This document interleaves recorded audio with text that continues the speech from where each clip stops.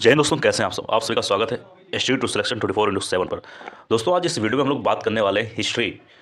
इस वीडियो में हम लोग बात करेंगे हिस्ट्री यानी इतिहास, मेंस और यूपीएससी प्रीलिम्स की सारी बुक लिस्ट के बारे में। दोस्तों, आपने बहुत सारे वीडियोस देखे होंगे जो यूपीएससी से संबंधित बनाए जाते हैं और यूपीएससी को इतना बढ़ा चढ़ाकर लोगों को बता दिया जाता है कि बच्चे एग्ज़ाम की तैयारी करने से पहले ही डर जाते हैं। उनको लगता है कि बहुत सारा बुक पढ़ना है, बहुत ज़्यादा सिलेबस है, बहुत ज़्यादा सब्जेक्ट है।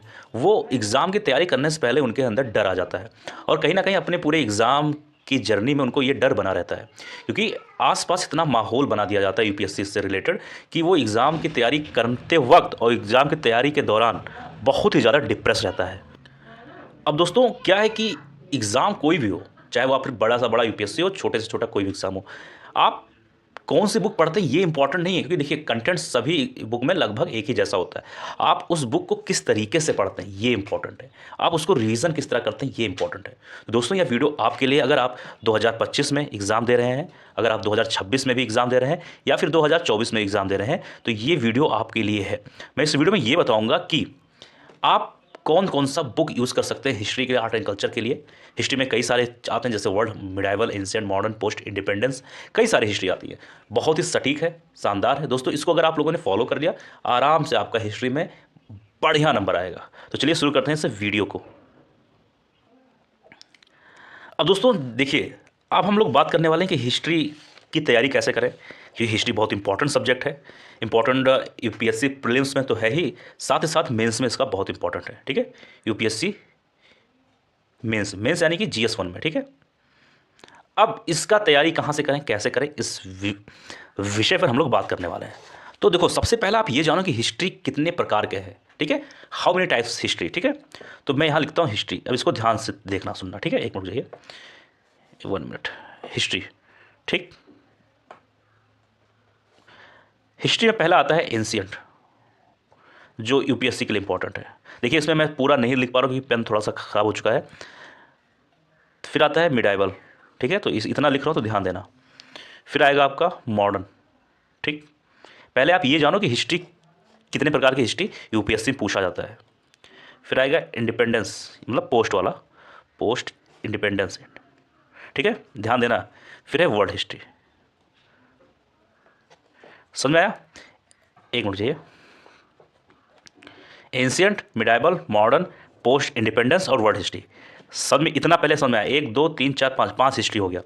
अब इंपॉर्टेंट कौन सा है, अब देखना है। एंशिएंट हिस्ट्री और आर्ट एंड कल्चर का लगभग सिलेबस 80 से 90% सिलेबस एक ही जैसा है। अगर आप लोगों ने आर्ट एंड कल्चर को सही तरीके से पढ़ा है, उसमें देखिए सब चीज़ पढ़ने के लायक नहीं है, सब चीज़ आप नहीं पढ़ सकते। आर्ट एंड कल्चर में कुछ सिलेक्टिव चैप्टर अगर आप लोगों ने उसको सही ढंग से पढ़ा है, तो आपका मान के चलिए एंशिएंट हिस्ट्री का बढ़िया सिलेबस तैयार हो जाएगा। तो मैं देखिए, अब आर्ट एंड कल्चर क्या है, यूपीएससी जो मेंस का पेपर होता है जीएस 1, उसमें पूछा जाता है। एंशिएंट अब प्रीलिम से पूछा जाता है, लेकिन जो बच्चे तैयारी करते हैं वो एंशिएंट और आर्ट एंड कल्चर को साथ लेकर ही अब पढ़ते हैं। ठीक है, तो इस चीज़ पर जोर मत देना कि आर्ट एंड कल्चर इसमें पूछा जाता है कि इसमें पूछा जाता है। ठीक है, अब ध्यान देना, वर्ल्ड हिस्ट्री आपका यूपीएससी के प्रीलिम्स में नहीं आता है। ठीक है, ये सिर्फ मेंस में आता है, तो बच्चे इस पर ज़्यादा ध्यान नहीं देते हैं और इस पर ध्यान ज़्यादा देना भी नहीं है। अभी मैं बात करूँगा। और बाकी का जो ये है पोस्ट इंडिपेंडेंस, मॉडर्न, मिडाइवल और एंशिएंट, ये मेंस के साथ साथ आपका यूपीएससी प्रीलिम्स में भी पूछा जाता है। पहले आपको इतनी जानकारी होनी चाहिए। ठीक है, इतनी चीज़ आपको समझ होनी चाहिए कि कौन से पेपर में क्या पूछा जाता है। ठीक, अब आइए एक एक करके हम लोग बात करने वाले हैं। पहले हम आ जाते हैं एंशिएंट हिस्ट्री में। ठीक है, एंशिएंट हिस्ट्री में, एंशिएंट हिस्ट्री में दोस्तों पहले यूपीएससी में बहुत सारे क्वेश्चन नहीं पूछे जाते थे, 1 2 मैक्सिमम, कभी कभी 3। लेकिन कुछ सालों से यानी 2020 के बाद से एंशिएंट हिस्ट्री और मिडाइवल हिस्ट्री का थोड़ा सा क्रेज बढ़ चुका है। एंशिएंट के अब 4 से 5 भी क्वेश्चन आ जाते हैं। ठीक है, और मॉडर्न हिस्ट्री के लगभग 6 7, 5 6 7, इससे ज़्यादा नहीं आते हैं। अब एंशिएंट हिस्ट्री इंपॉर्टेंट है, लेकिन दोस्तों एंशिएंट हिस्ट्री में एक खास बात जानते हैं क्या होता है, लोग एंशिएंट हिस्ट्री को जल्दी याद नहीं कर पाते हैं। मॉडर्न हिस्ट्री में ऐसा होता है कि मॉडर्न हिस्ट्री जब आप पढ़ेंगे तो वो पॉलिटी में भी कुछ चैप्टर ऐसे होते हैं जो मॉडर्न हिस्ट्री से संबंधित होते हैं।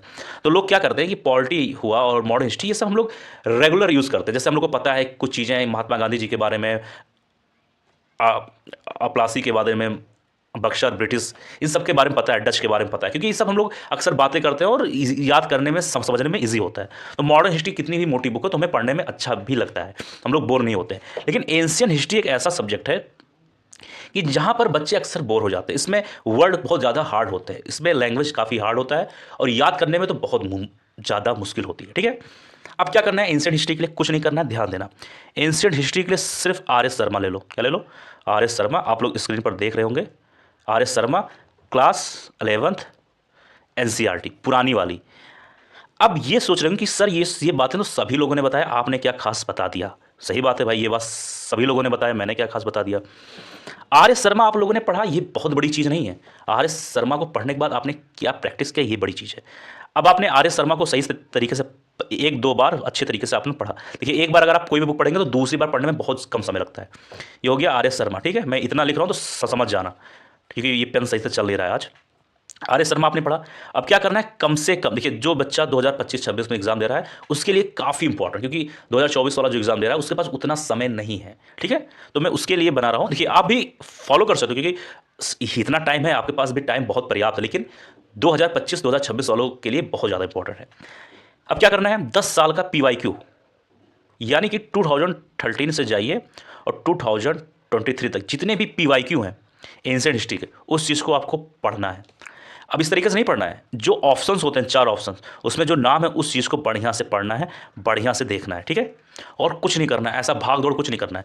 सिर्फ क्या करना है, एंशिएंट हिस्ट्री में जितने भी 10 साल के PYQ हैं उनके जो ऑप्शंस हैं उसको भी ध्यान तरीके से देखना है। ये काम अभी भी UPSC प्रीलिम्स 2024 का जो बच्चा देख रहा होगा उसके लिए भी सेम चीज़ है। अगर आप लोगों ने बुक नहीं पढ़ पाए, मान लीजिए टाइम नहीं मिल पा रहा है बुक पढ़ने का, कोई बात नहीं, बुक मत पढ़िए। आर एस शर्मा यूट्यूब पर सर्च करिए, R S Sharma book videos, वहाँ पर आर एस शर्मा से संबंधित वीडियोस मिल जाएंगे 5-6 घंटे का, आप उसको एक दिन में आराम से देख सकते हैं। अगर आप बुक नहीं पढ़ना चाहते हैं कोई बात नहीं है, 2024 वालों के लिए बता रहा हूँ, आप एक बार वीडियोस देख लीजिए और 10 साल का PYQ सॉल्व कर लीजिए।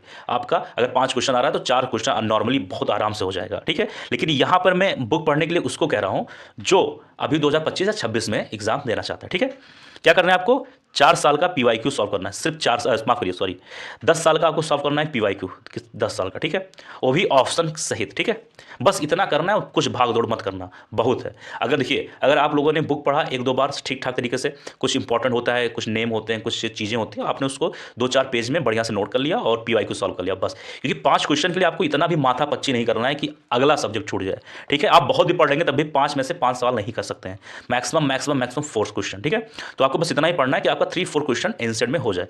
ओके, अब आते हैं मिडाइवल हिस्ट्री के लिए। मिडाइवल, अब मिडाइवल हिस्ट्री के लिए क्या करना है आपको, सतीश चंद्रा की बुक, सब लोग बोलते होंगे सतीश चंद्रा। ठीक है, सतीश चंद्रा क्लास 11 की है, NCERT। लेकिन दोस्तों, अगर आप लोगों ने बुक नहीं पढ़ा होगा तो मैं बता देता हूँ, ये बुक काफ़ी ज़्यादा बल्कि है, मोटी बुक है।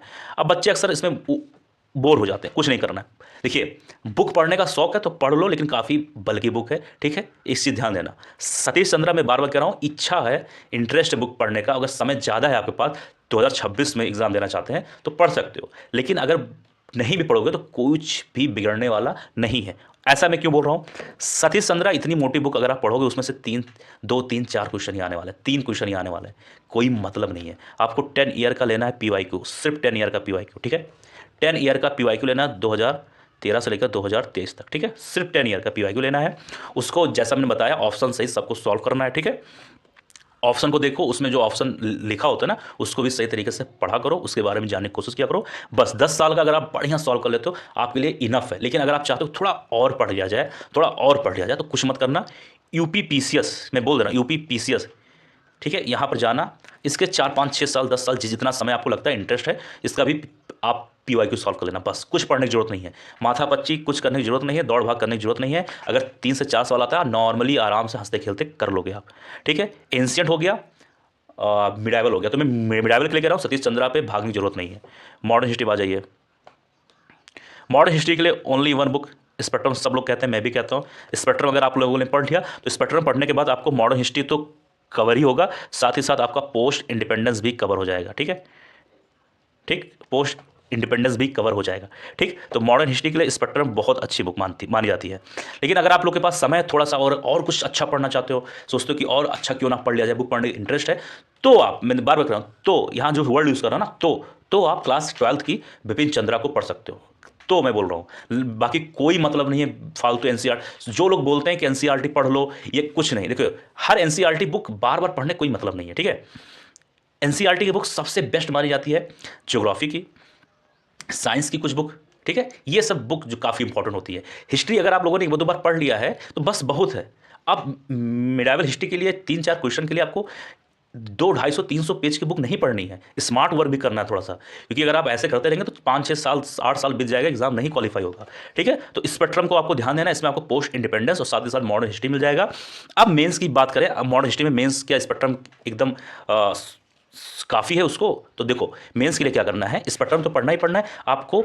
जैसे मैं बताया, देखो मेंस हुई या प्रीलिम्स, आपको 10 ईयर का पीवाईक्यू देखना है, क्योंकि दोस्तों देखो क्वेश्चन, देखो टॉपिक सब वही है, टॉपिक नहीं बदलने वाला है। ठीक है, बस क्वेश्चन किस तरीके से बनाया जाता है, कौन से टॉपिक पे ज़्यादा फोकस किया जाता है, आपको वो देखना है। ठीक है, आपको 10 ईयर का क्या देखना है, पीवाईक्यू देखना है, और स्पेक्ट्रम को बढ़िया सॉल्व करना है, मतलब स्पेक्ट्रम को बढ़िया से पढ़ना है, उसके जो कुछ वीडियोस भी देख सकते हैं जो चीज़ ना समझ में आता हो। ठीक है, तो आपको क्या करना है, स्पेक्ट्रम पे फोकस करना, जोर देना है, 10 साल का आपका कम से कम पीवाईक्यू सॉल्व करना है। ठीक है, और गूगल पर जाओगे ना तो जो टॉपर्स होते हैं उनका आंसर कॉपी आता है। ठीक है, तो वहां पर देख सकते हो कि आंसर किस तरीके से लिखा जाता है। अगर आप लोग कहेंगे तो मैं वीडियो उस पर भी बना दूंगा। ठीक है, तो भाग दौड़ मत करना कि यहां भी दौड़ूं वहां भी दौड़ूं। ठीक है, स्पेक्ट्रम बहुत इनफ है पोस्ट के लिए और मॉडर्न के लिए, और 10 साल का पीवाईक्यू सॉल्व कर लो, इससे आपका मेंस भी कंप्लीट हो जाएगा और यूपीएससी का प्रीलिम्स भी कंप्लीट हो जाएगा। ठीक है, ज़्यादा भागदौड़ करने की जरूरत नहीं है।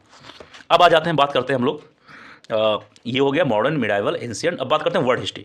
वर्ड हिस्ट्री दोस्तों इंपॉर्टेंट है, लेकिन बच्चे इस पर ध्यान नहीं देते हैं। क्यों? क्योंकि ये यूपीएससी के प्रीलिम्स से नहीं पूछा जाता है, लेकिन मेंस में 1 या 2 क्वेश्चन इससे आता ही आता है। ठीक है, अब 1-2 क्वेश्चन आने का मतलब हुआ कि मेंस में कोई भी क्वेश्चन आ जाए वो आपके लिए गेम चेंजर साबित हो सकता है। मान लीजिए एक वर्ड हिस्ट्री बहुत सारे बच्चे नहीं पढ़ते हैं, तो अगर आप थोड़ा सा पढ़ लेंगे, थोड़ा सा मेहनत कर लेंगे, जाहिर सी बात है आप दूसरे बच्चों से आगे रहेंगे।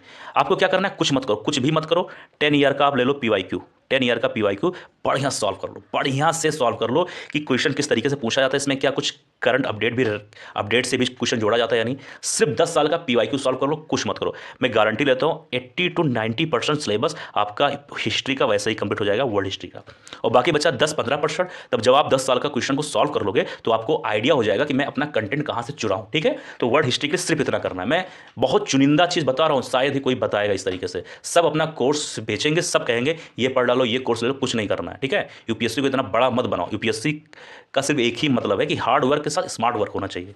ठीक, ये हो गया। अब क्या बचता है, अब बचता है I think art and culture. हाँ, आर्ट एंड कल्चर।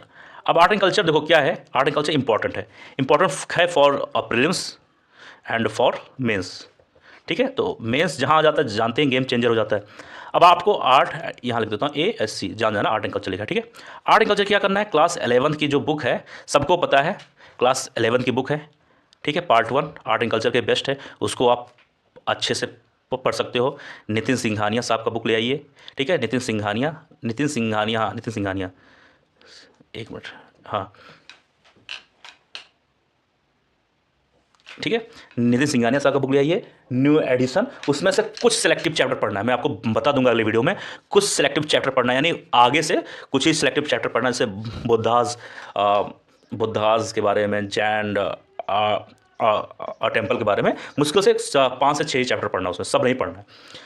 अब क्या करना है, मेंस का लेना है पीवाईक्यू, और साथ ही साथ यूपीएससी का प्रीलिम्स का भी लेना है पीवाईक्यू। अब क्या करना है, वहाँ पर 10 साल के तुरंत जाओ, देखो सवाल किस तरीके से पूछा जाता है। ठीक है, किस किस तरीके से पूछा जाता है, टॉपिक कहाँ पे ज़्यादा फोकस किया जाता है, और सवाल किस तरीके से बनता है, मेन इंपॉर्टेंट वो होता है।